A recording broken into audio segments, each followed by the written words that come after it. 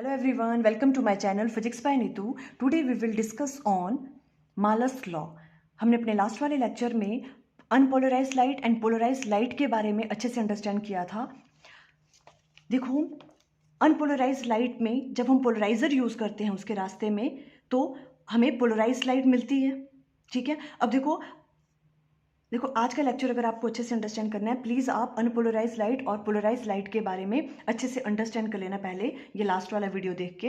देखो, अब ये जो आपके पास है अनपोलराइज्ड लाइट, ठीक है, इसमें इलेक्ट्रिक फील्ड वेक्टर सभी डायरेक्शन में वाइब्रेट कर रहे होते थे और पोलराइजर यूज़ करने के बाद जो आपके पास पोलराइज्ड लाइट आती है उसके जो इलेक्ट्रिक फील्ड वेक्टर हैं वो क्या करते हैं, एक ही डायरेक्शन में वाइब्रेट करते हैं, है ना. और किस डायरेक्शन में, जिसके पोलराइजर की जो पास एक्सिस जिस डायरेक्शन में होती है उसे हम देखो अगर वर्टिकल डायरेक्शन में वाइब्रेट कर रहे हैं तो पोलराइज्ड लाइट को हम इस तरह से डिनोट करते हैं. ठीक है, और यही चीज़ हमने की थी, अगर जो पोलराइजर है अगर उसकी पास एक्सिस कैसी है, हॉरिजेंटल डायरेक्शन में है तो सिंपल कौन सा इलेक्ट्रिक फील्ड वेक्टर पास करेगा वहाँ से, जो हॉरिजेंटल डायरेक्शन में होगा. ये प्रोपेगेशन ऑफ वेव है, वेव इस डायरेक्शन में प्रोपेगेट कर रही है ना.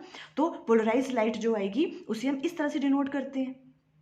क्लियर, डॉट लगा के. ये वाली बात आपको क्लियर है, हमने लास्ट लेक्चर में अंडरस्टैंड किया हुआ है. ओके, एक चीज़ और अंडरस्टैंड कर लो. देखो, शायद मैंने लास्ट लेक्चर में नहीं बताई थी, अनपोलराइज्ड लाइट को इस तरह से भी डिनोट करते हैं.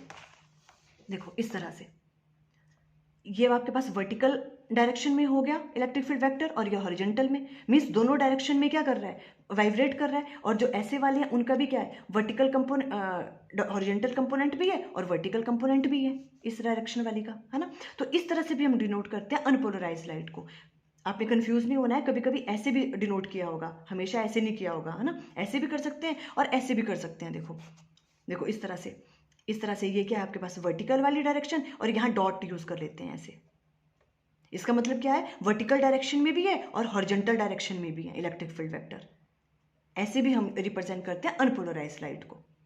क्लियर. देखो, अगर हॉरिजेंटल में ही आपको बताना है सिंपल पोलराइज्ड लाइट है तो हम डॉट ही करते हैं, वर्टिकल में करना है तो ऐसे ही करेंगे. ठीक है, अगर दोनों लगे हों, वर्टिकल डायरेक्शन में भी है और यहाँ डॉट यूज किए हुए हैं, इट मीन्स ये क्या है, अनपोलराइज्ड लाइट है. वर्टिकल डायरेक्शन में भी है और हॉरिजेंटल में भी इसके इलेक्ट्रिक फील्ड वेक्टर वाइब्रेट कर रहे हैं. क्लियर है ये चीज़. ओके, अब देखो हमने आज मालस लॉ के बारे में अंडरस्टैंड करना है तो उसमें इंटेंसिटी की बात करेंगे हम. ठीक है, तो देखो पहले ये सिंपल इस वाली चीज़ में देख लो, अगर अनपोलराइज्ड लाइट है आपके पास कोई, मान लो इसकी इंटेंसिटी I0 है. ठीक है, इस वाली लाइट की हमने पोलराइजर यूज किया, उसके बाद प्लेन पोलराइज्ड लाइट मिली हमें, तो यहां पे इंटेंसिटी क्या होगी लाइट की. देखो बहुत ही सिंपल सी थिंग है, इसकी इंटेंसिटी कम ही होगी. क्यों, बिकॉज देखो अभी अनपोलराइज्ड लाइट से वही वाले इलेक्ट्रिक फील्ड वेक्टर जो हैं पास करेंगे जो पोलराइजर की पास एक्सिस के अलोंग होंगे, बाकियों को तो वो ब्लॉक कर देता है ना. तो यहाँ पे जो इंटेंसिटी होगी जो भी पोलराइज्ड लाइट की आती है वो हमेशा क्या होती है, अगर यहाँ पे I0 है इंटेंसिटी तो यहाँ पे जो आपके पास पोलराइज्ड लाइट होगी उसकी इंटेंसिटी कितनी होती है, I0 डिवाइडेड बाय 2. क्लियर है. देखो मैं बीच बीच में इसलिए पूरा कॉन्सेप्ट क्लियर करती हूँ बिकॉज क्वेश्चन कैसे भी पूछ सकते हैं ट्विस्ट करके, तो आपको पूरी की पूरी जितना भी कॉन्सेप्ट है ना वो क्लियर होना चाहिए. अदरवाइज मालस लॉ को की स्टेटमेंट तो हार्डली ही 2 मिनट्स में ख़त्म हो जाएगी. आप वो पढ़ लो और पर हो सकता है वो कभी आपको नॉर्मल आ गया व्हाट इज़ मालस लॉ तो आप वो राइट डाउन कर लोगे, पर अगर ट्विस्ट करके क्वेश्चन पूछ लिया तो मुश्किल हो जाएगी. क्लियर है. ओके, तो ये I0 डिवाइडेड बाय 2 होती है इंटेंसिटी इसकी, हमेशा याद रखना है. जब भी अनपोलराइज्ड लाइट पोलराइजर से पास करती है तो उसकी इंटेंसिटी तो हमेशा कम ही होगी, है ना, बिकॉज वही पास एक्सिस जो पास एक्सिस के अलॉन्ग होंगे वेक्टर वही पास करेंगे, बाकी ब्लॉक हो जाएंगे, तो इंटेंसिटी हाफ रह जाती है. क्लियर. ओके, अब आओ देखो आप इस तरह यहाँ पे जो हम यूज़ कर रहे हैं मालस लॉ. मालस लॉ में क्या है, देखो ये कह रहे हैं कि अगर जो पोलराइज्ड लाइट है, ठीक है, जो पोलराइज्ड लाइट है आपकी, अगर उसको एनालाइजर से हम पास करवाते हैं तो उसकी इंटेंसिटी कैसे वेरी करती है उसके बारे में बताता है मालस लॉ.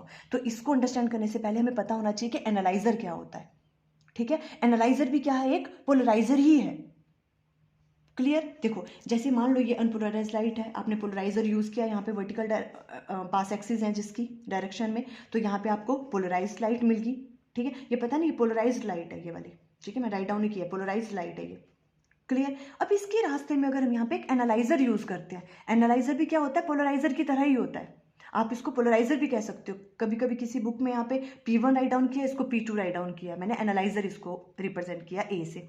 ठीक, इसकी पास एक्सिस मान लो इसी डायरेक्शन में है जिस डायरेक्शन में क्या है आपके पास पोलराइजर की पास एक्सिस है. सेम डायरेक्शन में, मीन्स पोलराइजर और एनालाइजर के बीच का एंगल क्या है, पास एक्सिस के बीच में 0 है मान लो, ठीक है, सेम डायरेक्शन में है वो। तो क्या होगा, देखो जो यहाँ से इंटेंसिटी निकलेगी अब लाइट की, वो उसकी इंटेंसिटी कैसी होगी, सेम होगी। क्यों, क्योंकि देखो ये वाली जो पोलराइज लाइट थी ये भी किस डायरेक्शन में, वर्टिकल डायरेक्शन में, और वर्टिकल डायरेक्शन में इसकी पास एक्सिस है, सारी की सारी पास कर जाएगी लाइट। जितनी इंटेंसिटी यहाँ है उतनी इंटेंसिटी यहाँ होगी। क्लियर। ये कौन सा केस था, जब थीटा 0 था, मीन्स थीटा कौन सा एंगल ले रहे हैं हम, जो पोलराइजर की पास एक्सिस और एनालाइजर की पास एक्सिस, ठीक है। ये वाली, ये मान लो ये आपका प्लेन पोलराइज लाइट है, ये इसकी पास एक्सिस और एनालाइजर की पास एक्सिस भी क्या है, ऐसी है, दोनों के बीच में एंगल क्या है, 0। उस केस में इंटेंसिटी की वैल्यू क्या होगी, सेम होगी। Clear, okay. अब देखो मालस लॉ में हम ना सिंपल पोलराइजर और एनालाइजर की बात कर रहे हैं, ठीक है। अनपोलराइज देखो, अगर हम वैसे तो यहाँ पे इंटेंसिटी क्या होगी, इसकी अगर इंटेंसिटी आई नॉट है तो पोलराइजर यूज करने के बाद हमने क्या कहा अभी, उसकी इंटेंसिटी क्या हो जाती है, हाफ हो जाती है, तो आई नॉट डिवाइडेड बाई 2 होगी। पर हम इसकी बात ही नहीं कर रहे हैं अभी हम क्या लेके चल रहे हैं कि हमारे पास सिंपल क्या है, प्लेन पोलराइज लाइट है और उसके रास्ते में हमने एनालाइजर यूज किया हुआ है, तो इंटेंसिटी पे क्या फर्क पड़ेगा। क्लियर हो रही है ये चीज, है ना। तो हम जो मालस लॉ है वो सिंपल किसके बारे में बताता है, पोलराइजर एंड एनालाइजर के बीच में। ओके, अब देखो अगर हम केस सेकंड ले रहे हैं, अगर एंगल कितना है, 90 डिग्री है, मान लो जो अब आपके पास आप एनालाइजर यूज कर रहे हो, ये आपके पास प्लेन पोलराइज लाइट है, इसकी इंटेंसिटी आई नॉट है। जो एनालाइजर आप यूज कर रहे हो, अब उसकी पास एक्सिस वर्टिकल डायरेक्शन में ना होके हॉरिजॉन्टल डायरेक्शन में है, ठीक है। ये आपके पास प्लेन पोलराइज लाइट है, वर्टिकल डायरेक्शन में, इस तरह से प्लेन पोलराइज लाइट। यहाँ जो आपके पास क्या लगा हुआ है, पोलराइजर एनालाइजर लगा हुआ है, ठीक है। इसकी पास एक्सिस अब ऐसे ना होके कैसी हैं, इस तरह से हैं, ठीक है। तो जो इस वाले एनालाइजर से लाइट जब बाहर निकलेगी तो उसकी इंटेंसिटी क्या हो जाएगी, 0। सिंपल थिंग है, क्यों, बिकॉज क्या है, ये वाली लाइट इसको सारी ब्लॉक ही कर देगी, ये सारे वर्टिकल वाली डायरेक्शन में और ये हॉरिजॉन्टल में है, उसको पास ही नहीं होने देगा, तो यहाँ इंटेंसिटी की वैल्यू क्या आ जाएगी, 0 आ जाएगी। क्लियर। अगर एंगल क्या बन रहा है, 90 बन रहा है पोलराइजर और एनालाइजर की पास एक्सिस के बीच में, ट्रांसमिशन लाइट के बीच में, है ना। वैसे अगर हम कोई और एंगल ले लें, कोई सा भी एंगल, रैंडम एंगल है, कोई थीटा है, किस किस के बीच में, पोलराइजर और एनालाइजर की एक्सिस के बीच में, तो जो आपके पास जो लाइट निकलेगी एनालाइजर से पास होने के बाद, उसकी इंटेंसिटी को हम कैसे फाइंड आउट कर सकते हैं, ये मालस लॉ बताता है। क्लियर। तो वो ये एक्सपेरिमेंटली प्रूव्ड है कि जो यहाँ पे इंटेंसिटी निकलेगी, ठीक है, उसकी वैल्यू कैसे फाइंड आउट करेंगे, मान लो इसकी इंटेंसिटी आई है तो वो किसके बराबर होगी, I naught cos square theta. Theta कौन सा हो गया, एंगल बिटवीन पोलराइजर की जो ट्रांसमिशन लाइट है आपकी, है ना, और ये वाली जो है एनालाइजर की जो है, इन दोनों के बीच का एंगल क्या है, थीटा है। अब ये जो एनालाइजर है इसके पास एक्सिस ना तो वर्टिकल डायरेक्शन में है और ना ही हॉरिजॉन्टल डायरेक्शन में, कोई एक एंगल बना रही है इस तरह से इनके बीच में। अगर ये पोलराइजर है और ये एनालाइजर है तो ये कोई एंगल बना रही है इसमें, तो जो इंटेंसिटी होगी उसकी वैल्यू क्या होगी, I naught cos square theta. देखो इस केस में क्या होगा, ये है आपके पास पोलराइज लाइट वर्टिकल डायरेक्शन में, ठीक है, और यहाँ जो एनालाइजर लगा है उसकी पास एक्सिस कैसी है, इस डायरेक्शन में, कोई एंगल बन रहा है उनके बीच में, है ना। तो होगा क्या, कौन सी लाइट पास करेगी, सिर्फ सिंपल कौन से कंपोनेंट पास करेंगे, देखो ये जाएंगे वर्टिकल वाले इस तरह से, इसका कौन सा कंपोनेंट, कॉस थीटा वाला component, I naught cos theta pass कर जाएगा और साइन थीटा क्या हो जाएगा, ब्लॉक हो जाएगा। जो आपके पास कॉस थीटा है वो वाला कंपोनेंट पास कर जाएगा और साइन थीटा वाला क्या हो जाएगा, ब्लॉक। तो यहाँ कौन से कंपोनेंट निकल रहे हैं, कॉस थीटा वाले, इसलिए यहाँ पे इंटेंसिटी क्या होगी, I equal to I naught cos square theta. ये वाली बात क्लियर हो रही है। ओके, अब देखो इस चीज को हम किस तरह से डिराइव भी कर सकते हैं, अगर हो सकता है एग्जाम में पूछे ना पूछे, है ना, अगर पूछते हैं तो आपको आना चाहिए। देखो ये वाली वैल्यू कैसे फाइंड आउट की, मान लो यहाँ पे आपके पास क्या है, आपके पास ये पोलराइज्ड लाइट है, इसकी इंटेंसिटी हम क्या ले रहे हैं, आई नॉट, इसकी इंटेंसिटी आई नॉट है, और ये वाला क्या राइट डाउन किया मैंने, देखो ये पोलराइजर की जो है पास एक्सिस है और ये क्या है आपके पास एनालाइजर, ये कुछ एंगल बन रहा है इनके बीच में थीटा, और ये आपके पास जो रिजल्टेंट इंटेंसिटी एनालाइजर से बाहर निकल के इसकी इंटेंसिटी को मान लेंगे आई है। हमें ये चीज फाइंड आउट करनी है। देखो कैसे की, अब इसकी इंटेंसिटी आई नॉट है और इसका एम्पलीट्यूड मान लो क्या है आपके पास ए, पोलराइज लाइट का एम्पलीट्यूड कितना है ए, तो हमें पता है intensity I not directly very करती है square of the amplitude A square के, हमने पहले भी पढ़ा हुआ है, ठीक है। प्रोपोर्शनलिटी साइन हटता है और आई नॉट इक्वल टू किसके बराबर आ जाएगा, के ए स्क्वायर। इस केस में कोई प्रॉब्लम है ना, ये वाली इंटेंसिटी होगी इसकी, हम इसको ऐसे राइट डाउन कर सकते हैं एम्पलीट्यूड की फॉर्म में, वैसे ही यहाँ पे हम फाइंड आउट करेंगे, मान लो ये जो रिजल्टेंट इंटेंसिटी है ये वाली, ये आई है, और इसका एम्पलीट्यूड क्या होगा, इस वाली लाइट का एम्पलीट्यूड क्या होगा, ए कॉस थीटा। अगर यहाँ पे ए है तो यहाँ पे कौन से कंपोनेंट आ रहे हैं, सिंपल ए कॉस थीटा वाले, ए साइन थीटा वाले तो ब्लॉक हो जा रहे हैं, तो यहाँ पे क्या हो गया एम्पलीट्यूड ए कॉस थीटा। तो यहाँ हम राइट डाउन करेंगे I is directly proportional to square of the amplitude, means A cos square theta cos theta का स्क्वायर, और यहाँ क्या आ जाएगा I equal to K A square cos square theta, और के ए स्क्वायर क्या है आपके पास आई नॉट, तो हम इसे राइट डाउन कर सकते हैं I equal to I naught cos square theta. Clear हुई आपको चीज, किस तरह से हम ये वाली चीज फाइंड आउट करी, है ना। तो ये जो है यही है मालस लॉ, कि जो भी आपके पास इंटेंसिटी है ट्रांसमिटेड लाइट की, जब वो कहां से पास करती है, एक प्लेन पोलराइज्ड लाइट एनालाइजर में से एनालाइजर पे फॉल करती है, तो जो ट्रांसमिटेड लाइट है उसकी जो इंटेंसिटी है वो किसके बराबर होती है, square of the cos of the angle between किसके पोलराइजर और एनालाइजर के बीच का जो एंगल है इसके बराबर होती है इंटेंसिटी उसकी। ये है मालस लॉ।